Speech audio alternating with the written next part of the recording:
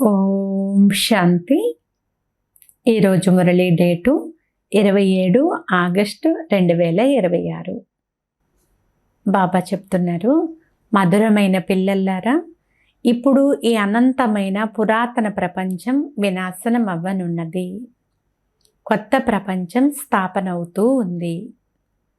అందువలన కొత్త ప్రపంచంలో వెళ్ళేందుకు పవిత్రముగా అవ్వండి.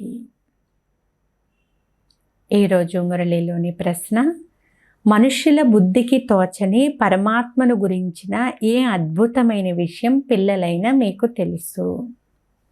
సమాధానము, ఎలాగైతే ఆత్మ జ్యోతిర్బిందువో అలాగే పరమాత్మ కూడా అతి సూక్ష్మమైన జ్యోతిర్బిందువు అని మీరు అంటారు.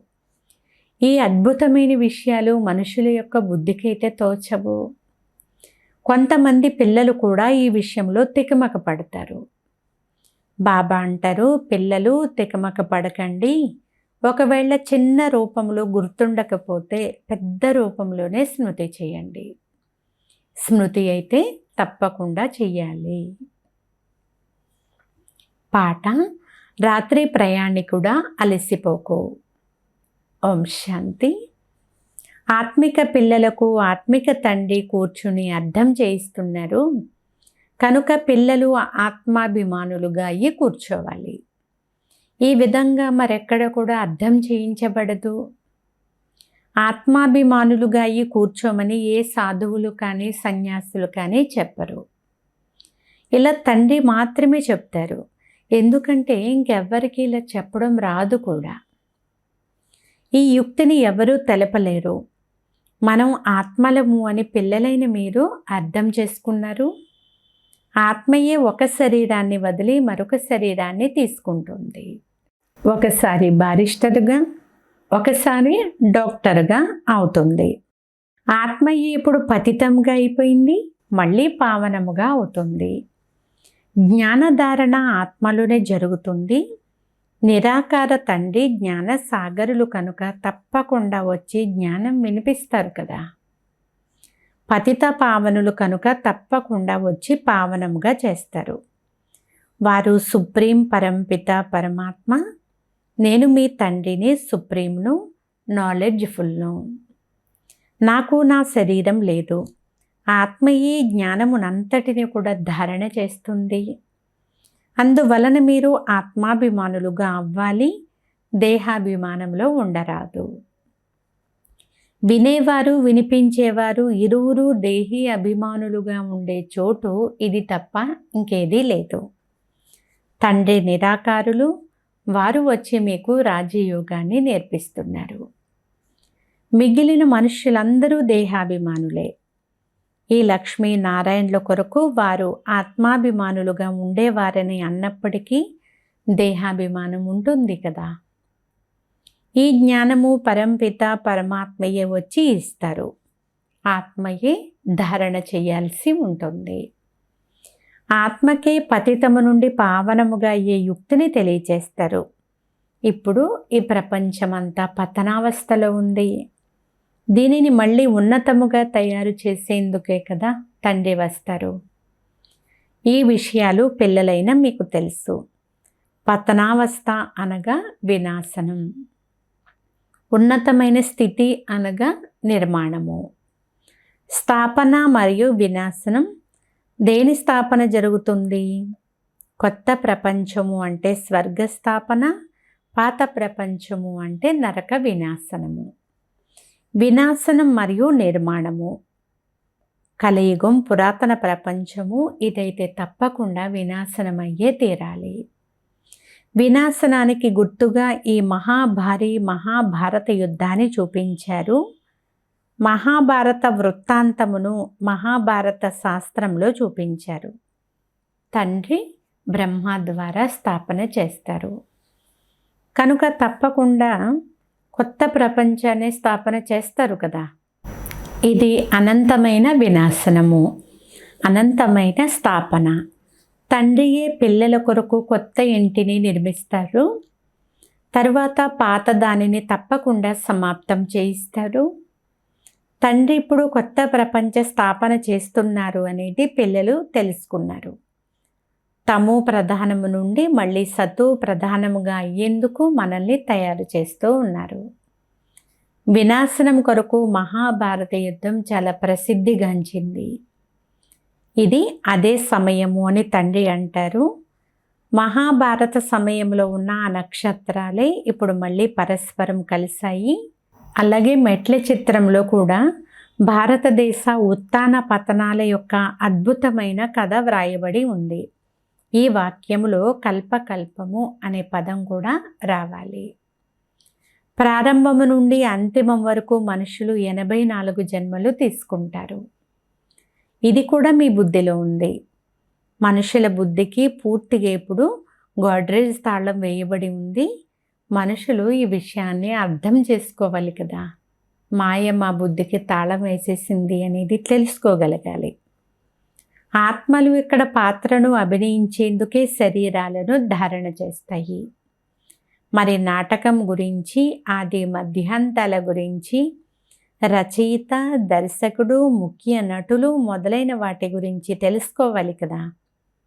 ఇప్పుడైతే మీకు డ్రామా యొక్క ఆది మధ్యాంతాలు, ఎవరు ఏ పాత్ర చేస్తున్నారో ప్రారంభం నుండి అంతిమం వరకు పూర్తిగా తెలిసిపోయింది అని బాబా అంటున్నారు. తండ్రి ద్వారా ఈ జ్ఞానం అంతా లభిస్తుంది. అలాగే ఈ సృష్టి చక్రం ఎలా తిరుగుతూ ఉందో కూడా మీకు తెలుసు. దీనినే ఆత్మిక జ్ఞానము అని అంటారు. శారీరక జ్ఞానాన్ని ఫిలాసఫీ అని అంటారు. ఆత్మిక జ్ఞానాన్ని ఆధ్యాత్మిక జ్ఞానము అని అంటారు. ఇప్పుడు ఈ విషయాలన్నింటినీ పిల్లల బుద్ధిలో కూర్చోబెట్టారు. ఇప్పుడు 84 జన్మల నాటకం పూర్తి అవుతుంది. మనమంతా తిరిగి ఇంటికి వెళ్ళాలి. కానీ పతితులు ఎవ్వరూ తిరిగి వెళ్ళలేరు. అలా కానిచో ఇన్ని రకాల జపతపాలు, తీర్థయాత్రలు మొదలైనవి ఎందుకు చేస్తారు? పతితులు తమ ఇంటికి వెళ్ళలేరనే కదా. పావనంగా అవ్వాలి ఏదో ఒక మార్గం ద్వారా అని భక్తులు ప్రయత్నాలు చేస్తూ ఉంటారు. పవిత్రముగా అయ్యేందుకు గంగా స్నానం చేసేందుకు వెళ్తారు. కానీ దాని ద్వారా ఎవ్వరూ పావనముగా అవ్వలేరు. అందుకే కదా ఎవరు తిరిగి వెళ్ళలేదు. పలానా వారు నిర్వాణధామానికి వెళ్ళారు అని, జ్యోతి జ్యోతిలో కలిసిపోయింది అని అనేక రకాలుగా గొప్పలు చెప్తూ ఉంటారు. తిరిగి ఎవ్వరు వెళ్ళరు అని, నటులందరూ ఇక్కడే ఉన్నారని, ఇప్పుడు నాటకం పూర్తి అవుతుంది కనుక అందరూ స్టేజ్ పైన ఉన్నారు అని తండ్రి అర్థం చేయించారు. ఇప్పుడు ఇక్కడ అందరూ హాజరుగా ఉన్నారు. బౌద్ధ మతస్థులు, క్రిస్టియన్లు మొదలైన వారంతా ఎక్కడ ఉన్నారో మనుషులకు తెలియదు. పైనుండి ఇక్కడకు వచ్చిన ఆత్మలందరూ ఈ సమయంలో తమో ప్రధానంగా అయిపోయారు అనేది మీకైతే తెలుసు. కల్పం క్రితం కూడా తమో ప్రధానము నుండి సతో ప్రధానముగా అయ్యాము. తండ్రియే వచ్చి స్థాపన, వినాశనం చేయిస్తారు. ఈ జ్ఞానము రాజాది రాజులుగా తయారు చేసేది అని కూడా అంటారు. ఈ అనంతమైన తండ్రి నేను మిమ్మల్ని రాజాది రాజులుగా చేస్తాను అని చెప్తున్నారు. కృష్ణుడు స్థాపన చేయించరు. రచయిత తండ్రియే. సృష్టి పతితమైనప్పుడే మీరు నన్ను పిలుస్తారు అని తండ్రి మనకు అర్థం చేయిస్తున్నారు. నేను కొత్తగా సృష్టిని రచిస్తాను అని కాదు, ప్రళయం అయిపోయినట్లుగా చూపిస్తారు. ఇదంతా తప్పు. ఓ పతిత పావన రండి అని మనుషులు పిలుస్తారు అనగా తప్పకుండా నేను పతిత ప్రపంచంలోనే రావలసి ఉంటుంది కదా. తండ్రియే వచ్చి కృష్ణపురాన్ని సాక్షాత్కారం చేయిస్తారు. కృష్ణుడు రావి ఆకుపైన సాగరంలో తేలుతూ వచ్చాడు అని చూపిస్తారు. ఇది సరి అయినదే. కొత్త ప్రపంచం మొదట్లో శ్రీకృష్ణుడే వస్తారు. సాగరంలో కాదు, గర్భమహల్లో వస్తారు. బొటనవేలు చీకుతూ చాలా విశ్రాంతిగా గర్భమహల్లో ఉంటాడు. సత్యయుగంలోని శిశువులందరూ కూడా గర్భమహల్లోనే ఉంటారు. వారు గర్భమహల్ విషయాన్ని సాగరంలో ఆకుపైన తేలుతూ వస్తున్నట్లుగా ఇలా చూపిస్తారు. ఇవన్నీ కూడా భక్తి మార్గం యొక్క విషయాలు. తండ్రి కూర్చుని శాస్త్రాలన్నిటి సారాన్ని మనకిప్పుడు తెలియచేస్తున్నారు. ఇక్కడ గర్భ జైలులో ఉంటారు.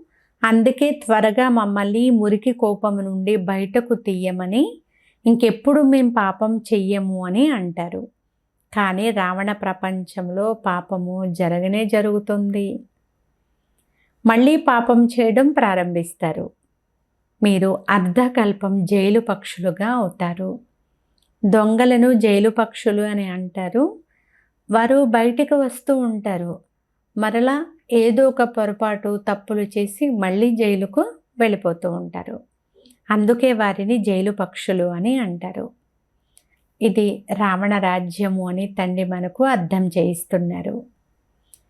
అక్కడ ఈ విషయాలు ఏమీ ఉండవు. అది రామరాజ్యము. అక్కడ గర్భ జైలు కూడా ఉండదు. స్థూలమైన జైలు కూడా ఉండదు. ఇక్కడ ఎంతోమంది జైలులో పడి ఉంటారు. ఇక్కడ గర్భ జైలు ఉంది. అలాగే ఖైదీలను ఉంచే జైలు కూడా ఉంది. కనుక డబల్ జైలు, ఇది కలియుగ అంతిమ సమయం కదా అని బాబా అంటున్నారు. పిల్లలైన మీరిప్పుడు స్థాపన చేస్తున్నారు అని తండ్రి వివరిస్తున్నారు. ఉత్థానము పతనము ప్రతి కల్పము జరుగుతూనే ఉంటుంది. ప్రపంచానికి ఉన్నతము పతనము జరుగుతుంది. అందులో ముఖ్యమైన పాత్ర భారతదేశానిది. ఆత్మ పరమాత్మ చాలా కాలం నుండి వేరుగా ఉన్నారు అని పాట పాడతారు. ఎంతకాలం దూరంగా ఉన్నారు? దానికి లెక్క కూడా ఉండాలి కదా. ఏ ఆత్మలు చాలా కాలం నుండి వేరుగా ఉన్నాయి? మొట్టమొదట దేవీ దేవత ధర్మానికి చెందిన ఆత్మలు పాత్రను అభినయించడానికి పైనుండి క్రిందికి వచ్చేస్తాయి. ఇప్పుడైతే ఆ దేవతలు లేనే లేరు. ఎవరెవరు రాజ్యం చేసి వెళ్ళారో వారి చిత్రాలు కూడా గుర్తుగా ఉంటాయి. రాజ్యం అయితే సమాప్తమైపోయింది. స్వర్గం సమాప్తమైపోతే నరకం వస్తుంది. మళ్ళీ నరకం సమాప్తమైపోతే స్వర్గం వస్తుంది. కనుక ఇప్పుడు కొత్త ప్రపంచ నిర్మాణము, పాత ప్రపంచ వినాశనము జరుగుతాయి.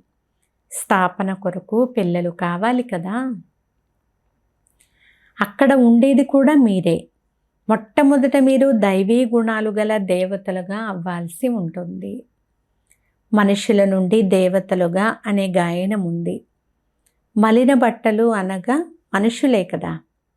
భగవాను వాచ గృహస్థి వ్యవహారంలో ఉంటూ కూడా కమల పుష్ప సమానముగా పవిత్రముగా అవ్వాలి.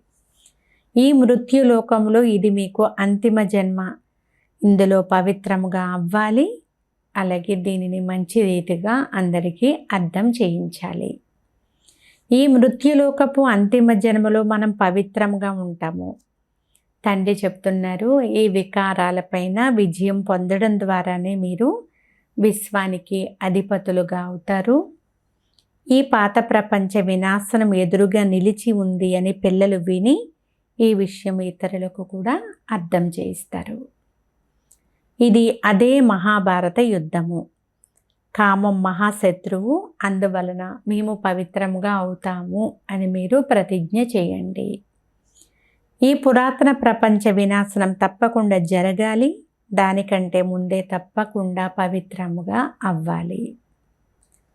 వినాశనం ప్రారంభమైపోతే ఇక ఆహాకారాలు మొదలైపోతాయి. ఎంత కఠినమైన మృత్యువు అంటే అసలు దానిని వర్ణించలేము కూడా. మీరు ఆ దృశ్యాలను చూడలేరు అని బాబా అంటున్నారు. ఎవరికైనా ఆపరేషన్ జరుగుతూ ఉంటే బలహీనమైన వారు నిలబడలేరు, క్రింద పడిపోతారు. అందువలనే డాక్టర్లు పరివారంలోని వారిని లోపలికి అనుమతించరు. మరి ఇది ఎంతో పెద్ద ఆపరేషన్ కదా. ఒకరు మరొకరిని చంపుకుంటూ ఉంటారు. ఇది మురికి ప్రపంచము, అలాగే ముళ్ళ అడవి కూడా.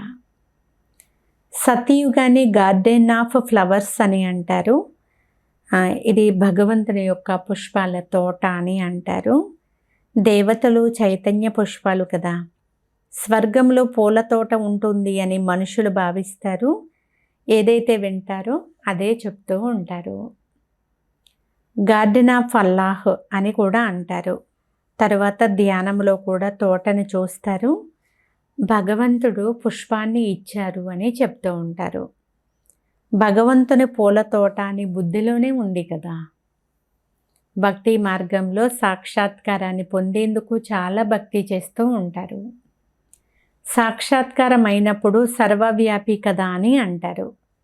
గతించిపోయినవన్నీ మళ్ళీ తిరిగి పునరావృతం అవుతాయి. పిల్లలు ఇప్పుడు ఏ డ్రెస్సులో ఎలా వచ్చారో మరలా అలాగే అదే డ్రెస్సులో కల్పం తర్వాత ఇదే సమయానికి అలాగే వస్తారు. డ్రామాను చాలా మంచి రీతిగా అర్థం చేసుకున్న వాళ్ళు బాబా వద్దకు వచ్చినప్పుడు ఇంతకు ముందు ఎప్పుడైనా వచ్చారా అని బాబా వారిని ప్రశ్నిస్తే అప్పుడు వాళ్ళు అంటారంట, అవును బాబా, కల్పం క్రితం కూడా మేము మీతో కలుసుకున్నాము, మీతో వారసత్వం తీసుకునేందుకు మళ్ళీ ఇప్పుడు వచ్చాము అని సమాధానం ఇస్తారు. అప్పుడు ఏ పదవిని పొందుకున్నారు అని బాబా అడుగుతారు.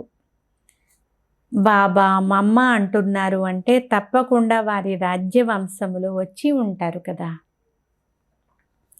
ఉన్నతమైన పదవిని పొందే పురుషార్థాన్ని చెయ్యండి అని బాబా అంటారు.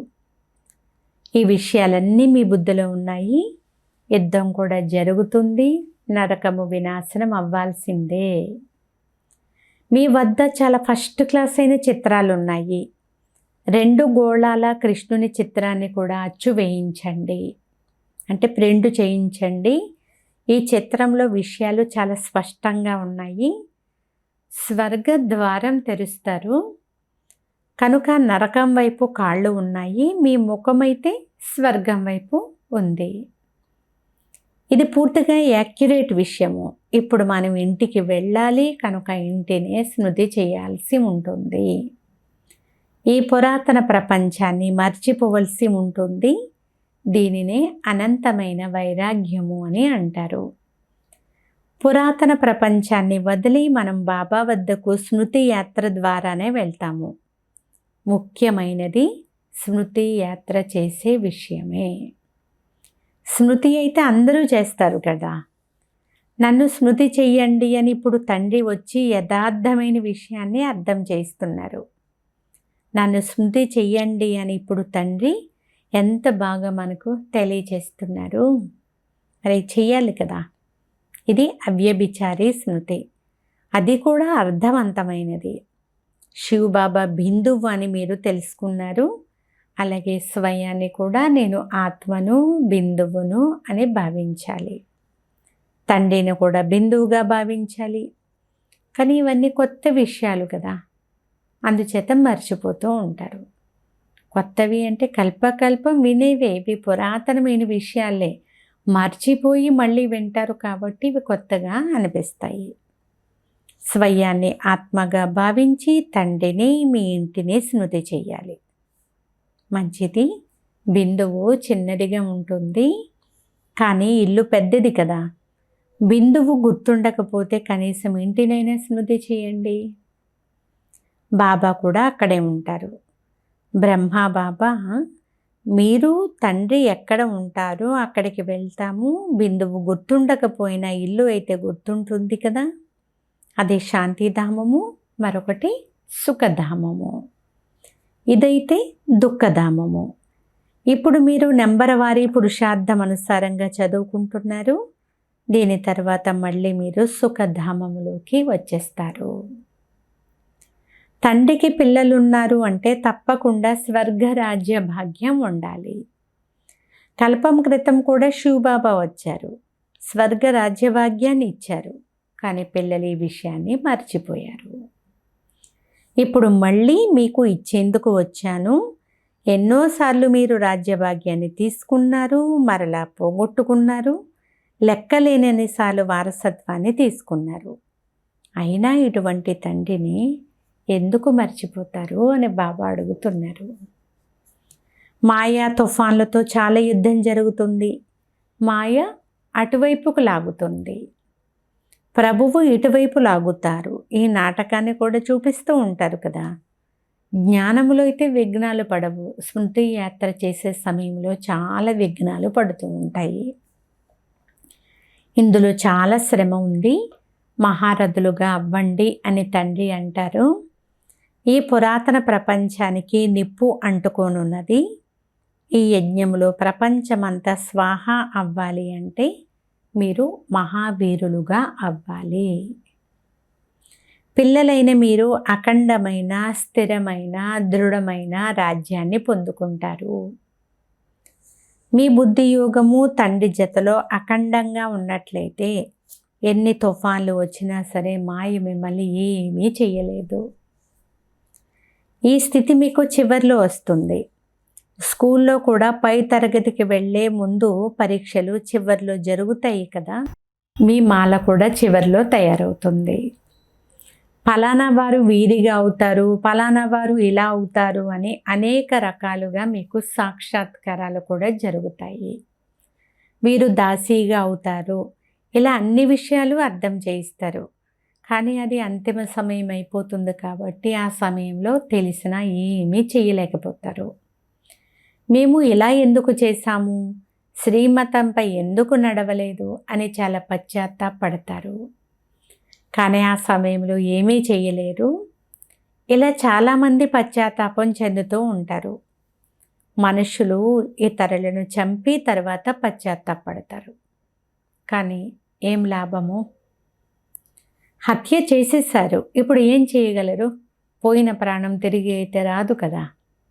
అందుకే తండ్రి చెప్తున్నారు, పొరపాట్లు చెయ్యకండి, అజాగ్రత్తగా ఉండకండి, తమ పురుషార్థం తాము చేసుకుంటూ ఉండండి. అచ్చా, మధురాతి మధురమైన అపురూపమైన పిల్లలకు మాతాపిత బాప్దాదాల ప్రియ స్మృతులు మరియు గుడ్ మార్నింగ్. ఆత్మిక పిల్లలకు ఆత్మిక తండ్రి నమస్తే. ఆత్మీయ తండ్రికి ఆత్మీయ పిల్లల యొక్క ప్రియ స్మృతులు గుడ్ మార్నింగ్. నమస్తే నమస్తే నమస్తే. ఈరోజు ధారణ కొరకు ముఖ్య సారము. ఫస్ట్ పాయింట్, ఇప్పుడు 84 జన్మల నాటకం పూర్తి అవుతుంది. మనమందరం ఇంటికి తిరిగి వెళ్ళాలి. అందువలన ఆత్మాభిమానులుగా ఉంటూ పావనముగా అవ్వాలి. దేహాభిమానాన్ని నిర్మూలించాలి. సెకండ్ పాయింట్, అర్ధసహితముగా స్వయాన్ని ఆత్మబిందువుగా భావించి బిందువైన ఒక్క తండ్రి యొక్క అవ్యభిచారి స్మృతిలోనే ఉండాలి. మహావీరులుగా అయి తమ స్థితిని అచ్చలుగా అడవులుగా తయారు చేసుకోవాలి. ఈరోజు వరదానము, వ్యర్థం యొక్క లీకేజీని సమాప్తం చేసి సమర్థముగా అయ్యే తక్కువ ఖర్చుతో ఎక్కువ లాభాన్ని పొందేవారిగా అవ్వండి. సంగమయుగంలో బాబ్దాదా ద్వారా ఏ ఖజానాలైతే లభించాయో ఆ సర్వ ఖజానాలను వ్యర్థంగా పోకుండా కాపాడుకుంటే తక్కువ ఖర్చుతో ఎక్కువ లాభం పొందేవారిగా అయిపోతాము. వ్యర్థం నుండి రక్షించుకోవడము అంటే సమర్థంగా అవ్వడము. ఎక్కడ సమర్థత ఉంటుందో అక్కడ వ్యర్థంగా పోవడం అనేది జరగదు. ఒకవేళ వ్యర్థం యొక్క లీకేజీ ఉన్నట్లయితే ఎంత పురుషార్థం చేసినా సరే, కష్టపడినా సరే శక్తిశాలిగా అవ్వలేరు. అందువలన లీకేజీని చెక్ చేసి సమాప్తం చేసినట్లయితే మీరు వ్యర్థం నుండి సమర్థముగా అయిపోతారు. స్లోగన్, ప్రవృత్తిలో ఉంటూ సంపూర్ణ పవిత్రముగా ఉండడం, ఇదే యోగయుక్త మరియు జ్ఞానయుక్త ఆత్మల యొక్క ఛాలెంజ్. ఈరోజు అవ్యక్త ప్రేరణ, అపవిత్రత యొక్క బీజాన్ని కూడా సమాప్తం చేసి సంపూర్ణ పవిత్రముగా అవ్వండి. పరమాత్మ జ్ఞానములోని నవీనతయే పవిత్రత. అగ్ని దూది కలిసి ఉండి కూడా అగ్ని అంటుకోదు అని నషతో ఉంటారు కదా. పవిత్రత లేకుండా యోగయుక్త ఆత్మగా, జ్ఞానయుక్త ఆత్మగా అవ్వలేరు అని మీరు ఉపన్యాసాలలో కూడా చెప్తూనే ఉంటారు. ఇప్పుడు ఈ ఛాలెంజ్ని మీరు ప్రాక్టికల్ రూపంలోకి తీసుకుని రండి అని బాబా అంటున్నారు. అచ్చా, ఓం శాంతి.